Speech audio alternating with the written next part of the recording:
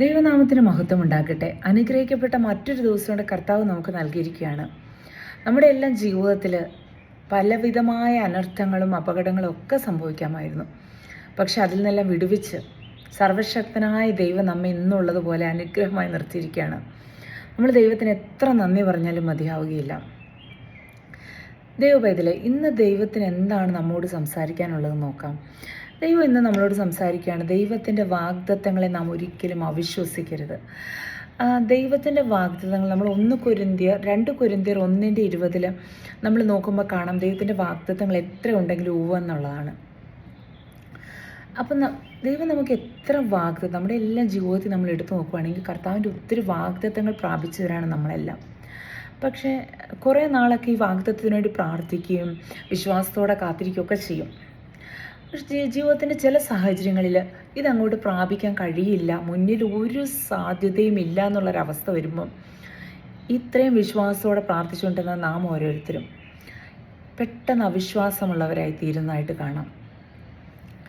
നമ്മൾക്ക് വിശ്വാസമൊക്കെ ഉണ്ടായിരുന്നു, ദൈവം ചെയ്യും, വാഗ്ദത്തം ചെയ്ത ദൈവം വിശ്വസ്തനാണ്, എൻ്റെ ജീവിതത്തിൽ അത്ഭുതം ചെയ്യും, ഇതൊക്കെ നമ്മൾ വിശ്വാസത്തോടെ പറഞ്ഞുകൊണ്ടിരുന്നെങ്കിലും ഒന്നും നടക്കുന്ന സാഹചര്യം തോന്നുന്നില്ല, ഒന്നും നടക്കുന്നതായിട്ട് തോന്നുന്നില്ല എന്നൊരവസ്ഥ വരുമ്പോൾ നമ്മൾ പെട്ടെന്ന് ദൈവസന്നിധിയിൽ നമ്മൾ അവിശ്വാസത്തിൻ്റെ ഒരു അനുഭവം നമ്മുടെ ജീവിതത്തിൽ ഉണ്ടാകാറുണ്ട്.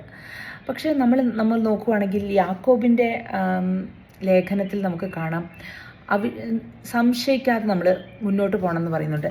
സംശയിക്കുന്നവൻ കാറ്റടിച്ച് അലയുന്ന തിരക്ക് സമൻ എന്നാണ് വചനം പറയുന്നത്. അപ്പം ഇങ്ങനെയുള്ള മനുഷ്യൻ ദൈവത്തിൽ നിന്നൊന്നും പ്രാപിക്കുമെന്ന് നിങ്ങൾ കരുതരുത്. അപ്പം എന്താണ്, കാറ്റടിച്ച് അലയുന്ന ഒരു മനുഷ്യനെ പോലെയാണ് നമ്മുടെ അവസ്ഥ. ഞാൻ ഈ സമയത്ത് ഇവിടെ നിൽക്കും, ആ സമയത്ത് അവിടെ കാറ്റടിച്ച് അങ്ങോട്ടും ഇങ്ങോട്ടും അലഞ്ഞു തിരിഞ്ഞ് നടക്കുന്നവരെ.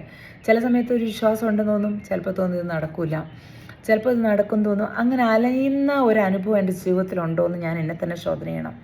ഇല്ല, ഞാൻ കോൺസ്റ്റൻ്റ് ആയിട്ട് ദൈവം എന്നോട് അരുളി ചെയ്തിട്ടുണ്ടെങ്കിൽ അത് സംഭവിക്കുമെന്ന് ഞാൻ പൂർണ്ണമായിട്ട് ഉറച്ച് വിശ്വസിക്കണം. സംശയം എൻ്റെ ജീവിതത്തിൽ കടന്നു വരാൻ പാടില്ല. പക്ഷേ നമ്മളെല്ലാം കേവലം മനുഷ്യരാണ്. പലപ്പോഴും നമ്മുടെ ഉള്ളിൽ എന്ത് വരും, സംശയങ്ങൾ വരും. പക്ഷേ അത് സ്വാഭാവികമായിട്ടും മനുഷ്യരായതുകൊണ്ട് തന്നെ പലപ്പോഴും സംശയങ്ങൾ വരും. പക്ഷെ ദൈവസന്നിധി നമുക്ക് പ്രാർത്ഥിക്കാൻ കഴിയും, കർത്താവേ എൻ്റെ അവിശ്വാസത്തിന് എന്നെ സഹായിക്കണേ അപ്പ.